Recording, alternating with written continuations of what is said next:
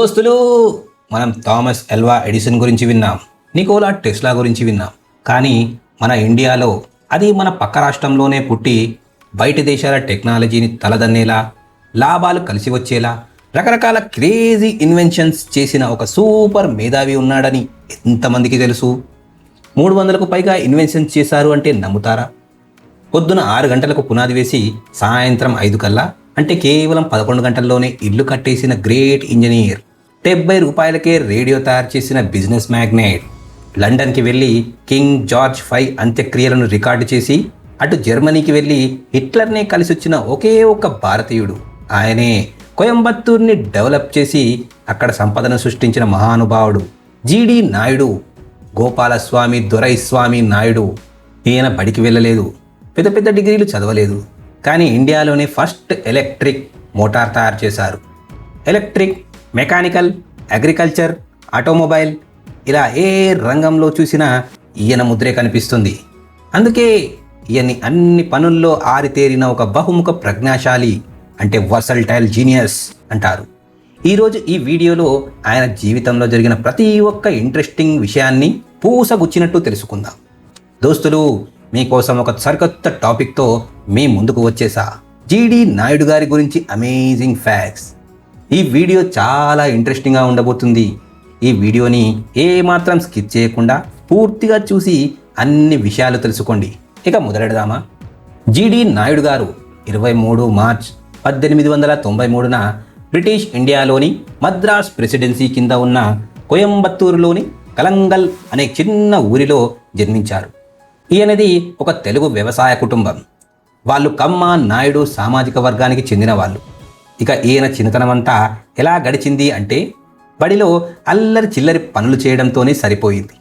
అసలు నాయుడు గారికి బడికి వెళ్ళి 4 గోడల మధ్య కూర్చొని క్లాసులు వినడం అంటే అస్సలు నచ్చేది కాదు. పుస్తకాల చదువు కంటే బయట ప్రపంచాన్ని చూసి నేర్చుకోవడమే ఆయన ఎక్కువ ఇష్టపడేవారు. బడి చదువు అబ్బకపోయినా ఆయన మైండ్లో ఒకటే గోల్ ఉండేది, ఎలాగైనా ఒక మోటార్ సైకిల్, బైక్ కొనాలని. దానికోసం కోయంబత్తూరులోని ఒక హోటల్లో సర్వర్గా ఉద్యోగం చేశారు. కష్టపడి పనిచేసి తిండి తిప్పలు మానేసి డబ్బులు కూడబెట్టారు. ఎలాగో అలా అనుకున్నట్టే ఒక బైక్ని కొనుక్కున్నారు. కానీ బైక్ కొన్నాక ఆయన దాన్ని నడుపుకుంటూ తిరగలేదు, ఎంజాయ్ చేయలేదు. ఆ వాహనాన్ని కొన్నప్పటి నుంచి దాన్ని మొత్తం ఊడదీయడం, మళ్ళీ ఫిట్ చేయడం, ఇలా రివర్స్ ఇంజనీరింగ్ చేస్తూ కాలం గడిపేవారు. ఆ మొండి పట్టుదలతో మెల్లగా ఆయనే ఒక పెద్ద మెకానిక్లా అయిపోయారు. ఆ తర్వాత 1922లో ఒక పాత బ్రిటిష్ మోటార్ సైకిల్ని కొని దాన్ని అసలు ఎలా తయారు చేశారో ప్రతి పార్ట్ విప్పి చూసి మొత్తం నేర్చేసుకున్నారు. ఇక 1920లో ఒక పెద్ద బస్సు, ఆటోమొబైల్ కోచ్ కొని తన ట్రాన్స్పోర్ట్ బిజినెస్ను స్టార్ట్ చేశారు. ఆ బస్సును పొల్లాచి నుంచి పళని దాకా వేరే డ్రైవర్లను పెట్టకుండా ఆయనే సొంతంగా స్టీరింగ్ పట్టి నడిపేవారు. కొద్ది రోజుల్లోనే ఆయన పెట్టిన యూనివర్సల్ మోటార్ సర్వీస్ మన దేశంలోనే అత్యంత క్రమశిక్షణతో సరైన టైంకి నడిచే నంబర్ 1 పబ్లిక్ ట్రాన్స్పోర్ట్ సంస్థగా పేరు పొందింది. ఇక ఆ తరువాత 1937లో ఇండియాలోనే తయారైన మొట్టమొదటి మోటార్ కోయంబత్తూరులోని పీలమేడులో ఉన్న జీడి నాయుడు గారి factory NEW, national electric work నుంచే బయటికి వచ్చింది. ఇక నాయుడు గారి ఇన్వెన్షన్స్ విషయాలకు వస్తే 1937లో డి బాలసుందరం నాయుడు, ఈయన్నే టెక్స్ టూల్ బాలసుందరం అంటారు, వారితో కలిసి ఇండియాలోనే మొదటి స్వదేశీ మోటార్ను డెవలప్ చేశారు. ఆ మోటార్ సూపర్ సక్సెస్ కావడంతో ఆ తర్వాత బాలసుందరం నాయుడు గారు టెక్స్ టూల్ కంపెనీని, ఆ తర్వాత లక్ష్మీ మెషిన్ వర్క్స్ కంపెనీని స్థాపించారు. నాయుడు గారు కనిపెట్టిన వేరే వస్తువుల గురించి వింటే మతి పోవాల్సిందే. ఆయన ఒక రసెంట్ అనే రేజర్ను తయారు చేశారు. దీనిలో డ్రై సెల్స్తో నడిచే ఒక చిన్న మోటార్ను వాడారు. దాన్ని హీల్ బ్రాండ్ అని పిలిచేవారు. అలాగే సూపర్ థిన్ సేవింగ్ బ్లేడ్లు, ఫిల్మ్ కెమెరాల కోసం డిస్టెన్స్ అడ్జస్టర్స్, ఫ్రూట్ జ్యూస్ తీసే మెషిన్, ఓట్లను తారుమారు చేయకుండా ఖచ్చితంగా రికార్డు చేసే మెషిన్, కరెంటు లేకపోయినా కిరోసిన్తో నడిచే ఫ్యాన్ లాంటివి ఎన్నో కనిపెట్టారు. 1941లో కేవలం 70 రూపాయలకే 5 వాల్వుల రేడియో సెట్లను మన ఇండియాలోనే తయారు చేసి చూపిస్తా అని ఛాలెంజ్ చేశారు. 1952ల ఇద్దరు కూర్చునేలా పెట్రోల్తో నడిచే ఒక చిన్న కారును, అప్పట్లో దీని ధర కేవలం 2000 మాత్రమే, రోడ్డు మీదకు తెచ్చారు. కానీ బ్యాడ్ లక్ ఏంటంటే అప్పటి గవర్నమెంట్ దీనికి కావాల్సిన లైసెన్స్ ఇవ్వడానికి నో చెప్పింది. దాంతో ఆ కారు తయారీ అక్కడే ఆగిపోయింది. వచ్చి ఉంటే ఒక సంచలనం సృష్టించేదేమో. ఆయన తెలివితేటలు ఒట్టి మిషన్లకే పరిమితం కాలేదు దోస్తులు. అగ్రికల్చర్లో కూడా రంగప్రవేశం చేసి కాటన్, మొక్కజొన్న, బొప్పాయి పంటల్లో సరికొత్త హైబ్రిడ్ రకాలను రీసెర్చ్ చేసి కనిపెట్టారు. ఈయన పొలాన్ని, ఆయన టాలెంట్ను చూడడానికి సాక్షాత్తు సర్ సివి రామన్, సర్ ఎం విశ్వేశ్వరయ్య లాంటి దేశం గర్వించే పెద్ద మనుషులు కూడా వచ్చేవారు. ఇక అన్నింటికంటే పెద్ద హైలైట్ ఏంటంటే ఇల్లు కట్టే పునాది వేసినప్పటి నుంచి ఇల్లు మొత్తం పూర్తయ్యేదాకా పొద్దున 6 గంటల నుంచి సాయంత్రం 5 గంటల లోపే, అంటే కేవలం 11 గంటల్లోనే ఒక ఇల్లు కట్టి రికార్డు సృష్టించిన గ్రేట్ ఇంజనీర్. నాయుడు గారి రేంజ్ అప్పట్లోనే ఇంటర్నేషనల్ లెవెల్లో ఉండేది. 1922లో లండన్లో జరిగిన కింగ్ జార్జ్ 5 అంత్యక్రియలను ఈయనే సొంతంగా కెమెరాతో షూట్ చేశారు.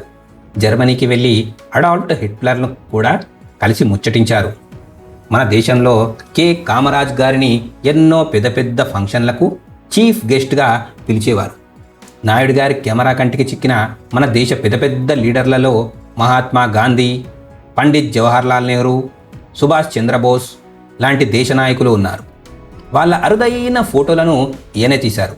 1936లో జరిగిన ప్రావిన్షియల్ జనరల్ ఎలక్షన్లలో నాయుడు గారు పోటీ చేసి ఓడిపోయారు. ఆ తర్వాత ఆయన పాలిటిక్స్కు ఎప్పుడు దూరంగానే ఉండేవారు.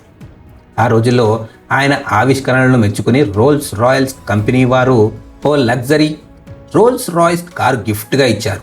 అప్పట్లో మన ప్రాంతంలో అంతటి కాస్ట్లీ కారు ఉన్న ఏకైక వ్యక్తి ఈయనే. 1944లో నాయుడు గారు తన ఆటోమొబైల్ బిజినెస్ పనుల నుంచి రిటైర్ అయిపోయారు.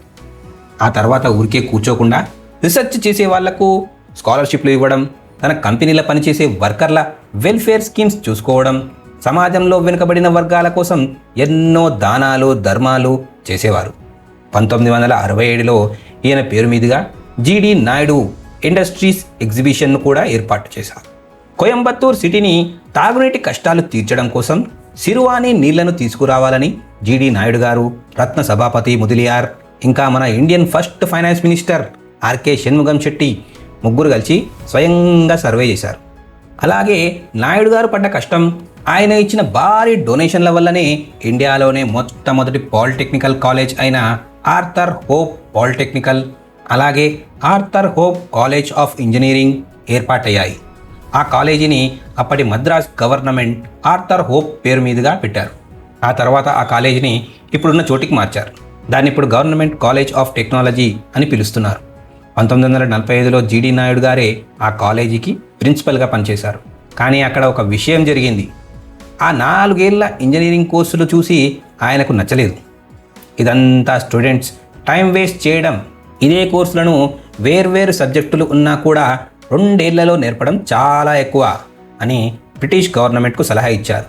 కానీ బ్రిటిష్ వాళ్ళు వినకపోవడంతో కోపం వచ్చి తన ప్రిన్సిపల్ పోస్టుకు రిజైన్ చేసి వారేశారు. ఆ పాత కాలేజీ ఉన్న ప్రాంతాన్ని కోయంబత్తూరులో ఇప్పటికీ హోప్ కాలేజ్ అని పిలుస్తారు. చివరికి 4 జనవరి 1974న ఈ మహామేధావి కన్నుమూశారు. ఈయన చనిపోయినప్పుడు సర్ సివి రామన్ గారు ఏమన్నారంటే, నాయుడు గారు ఒక గొప్ప ఎడ్యుకేటర్, ఇంజనీరింగ్ ఇండస్ట్రీ రంగంలో ఎన్నో అద్భుతాలు చేసిన బిజినెస్ మ్యాన్, తోటి మనుషుల మీద ప్రేమ ఉన్నవారు, వాళ్ళ కష్టాల్లో తోడుండేవారు. నిజం చెప్పాలంటే నాయుడు గారు కోట్లలో ఒకడు. బహుశా నేను ఇంకా తక్కువ చేసి చెప్తున్నానేమో అని పొగిడారు. ఈయనకు కొడుకు జిడి గోపాల్, మనవడు జిడి రాజ్ కుమార్, మనవరాలు శాంతిని ఉన్నారు. 1950, 1960ల ఈయన ఇంజనీరింగ్, మ్యానుఫ్యాక్చరింగ్ రంగాల్లో ఎంతో మందికి ఉద్యోగాలు ఇచ్చి ఉపాధి కల్పించారు. ఈయన గుర్తుగా కోయంబత్తూరులో ఒక పర్మనెంట్ ఇండస్ట్రియల్ ఎగ్జిబిషన్ కూడా నడుస్తుంది. నాయుడు గారి గుర్తుగా కోయంబత్తూరులోని GD matriculation higher secondary school, GD public school ఇప్పటికీ నడుస్తున్నాయి. తమిళంలో పాపులర్ రైటర్ అయిన శివశంకరి గారు ఈయన జీవిత చరిత్రను అప్ప అనే పేరుతో పుస్తకంగా రాశారు.